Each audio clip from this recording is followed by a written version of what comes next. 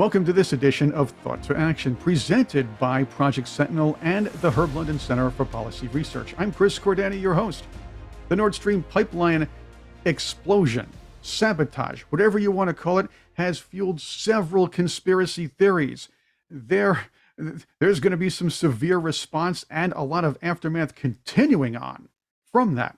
Question, however, and we've dealt with this when it came to the our own national grid.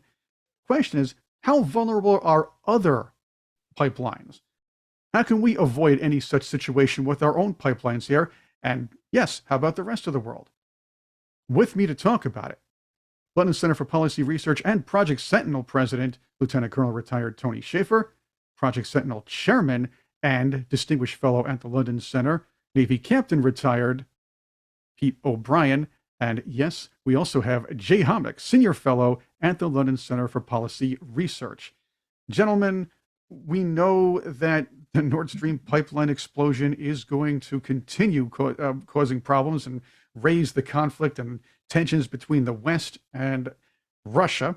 However, we should also pay attention to the idea that we need to protect our own pipelines.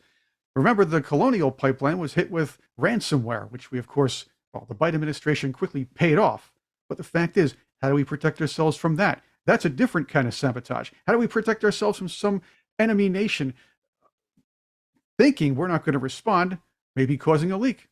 Well, Chris, there's no way to guarantee that. As a matter of fact, people have recognized for decades that pipelines and bulk power lines are all very vulnerable. The Germans in World War II recognized the potential for hitting infrastructure. Basically, we're talking about infrastructure targets which actually handle industrial size throughputs. And obviously pipelines are big in that, bulk power. The Germans actually had hatched a scheme to take out the Tennessee Valley Authority, the power, for purposes of shutting down the aluminum and steel industry. That was why they sent saboteurs here, and they recognized that our industrial might was something to target. So any Western nation understands the huge vulnerabilities to its own infrastructure, but the problem is you can't do much to prevent it. That's why this is something of an Achilles heel for any society. I think we're seeing it played out in very detailed terms regarding the pipelines in Europe. And this is not something that's unique to that theater, but it's the most prevalent in the minds of everybody because it's going to affect Europe in a very big way in a very short time. And by the way, this model has really been going on for the last 100 years for sure.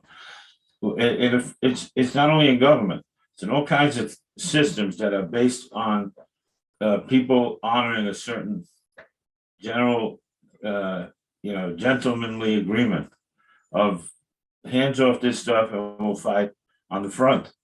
And the minute that goes away, there's hundreds of these points of vulnerability that come, if you fought a guy, we've all fought with our fists. And the understanding is the other guy's using his fist. The minute he gives a kick in the testicles, that's the end of the fight. But he cheated. These guys are not worried about being called as cheaters. So that's a very big problem. And we deal with that every day. I would encourage our listeners to just get online and query for offshore pipelines, cables, information cables, etc., and just look at some of the maps that are available. They're all over the internet of these cables, these pipes, etc., in the Mediterranean. The internet cables that go between the United States and Europe, the United States and Japan, all that kind of stuff. There are hundreds and hundreds of these things just offshore. There are more onshore. There are all sorts of ways to attack this: software attacks, hardware attacks.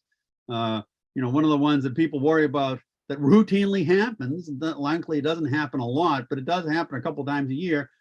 A ship just dragging anchor in the wrong place can cause all sorts of hate and discontent, and it's just a factor of life. Is the ship dragged anchor, and they drag it across a cable, drag it across a pipeline, and messy things happen. So it's And in fact, we have little snippets of that we routinely see. The idea that someone would go out and attack it deliberately is something that, as Jay says, we have this sort of, gentleman's agreement. We're not going to do that. We're going to all box by the Marquess of Queensberry rules. But of course, that's just not true. It's not going to in a real knife fight, in a real war, everybody's going to go after everybody's weak spots, and those systems, those pieces of infrastructure, are in fact weak spots. And one of the things that has happened here, and it happened right after we got a charge on it, right after the attack on September 11th, 2001, we were going to go out, we were going to go take a look at all of our critical infrastructures, and we're going to strengthen them, et cetera. Well, a lot of that stuff has fallen by the boards in the following 21 years. And it's something that virtually every single one of our congressmen, if they were paying attention and they were serious about protecting this country, they would make sure money was laid against it.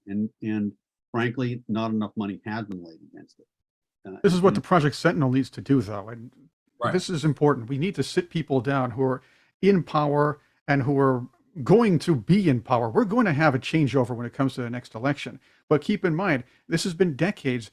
The protection of our power grid, the protection of our infrastructure hasn't been sexy enough for Congress members to pass and pat themselves on the back over. They need to do this now. This Nord Stream pipeline situation should be a wake-up call to every nation around the world. And let's also take the possibility of rogue nations. Some of these, we'll call them terrorist-led, or nations that fund terrorists.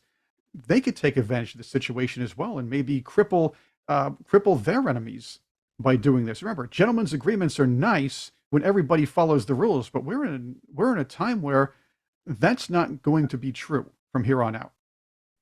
But by the way, you won't hear this a lot, but one of the good news of the last 20 years is that the rogue nations have actually become less of a player.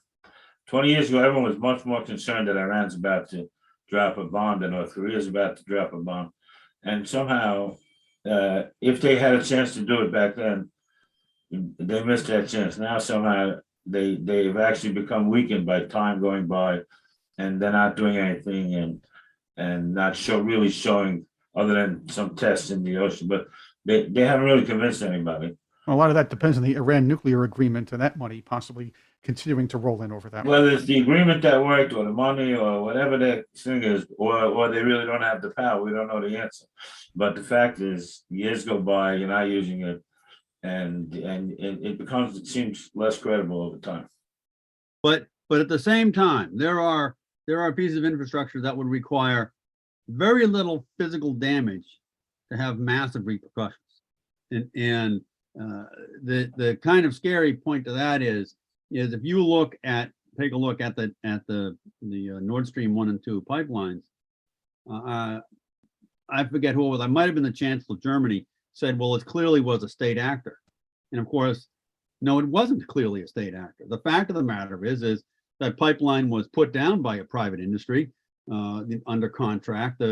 There are all sorts of industries out there that do work on the bottom of fairly deep bodies of water. It was a private firm that pulled the Russian submarine Kursk off the bottom.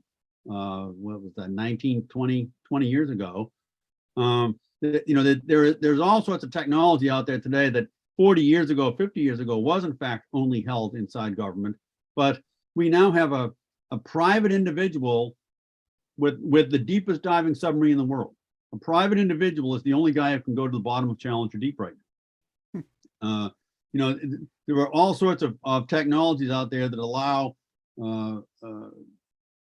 private companies, and there are scores of these companies, to go out and do work on offshore pipelines, offshore oil rigs, offshore cables, and this is just under contract. So that technology, and that's just one slice of this whole infrastructure problem. That technology exists and is across the board in the private sector. And of course, that means that there's somebody out there in the private sector who could in fact go bad and offer himself up to other actors, for a fee to go out and do bad things to infrastructure. Are you going to That say also means that a government could do it and blame it on a private actor? Are you saying that somebody could actually take a bomb or some kind of or set up a program with one keystroke? They can hold the world ransom for $1 million. Look, there's yeah. So that's a good point, Chris, because yeah, we talk about this often called asymmetric warfare. There are methods of warfare which provide an adversary of significant capabilities to take on a nation state. We've known this a lot. Well, this really goes back to the beginning of the time in warfare. But yeah, I mean, Dr. Evil, and boy, that's a good thing. Chris, you ought to go as Dr. Evil for Halloween. That'd be a good costume. I could. I'll shave the head. I need a few more pounds, but I got a pillow. I have the suit. I have the suit. That's one of my normal suits, unfortunately. But oh well. True.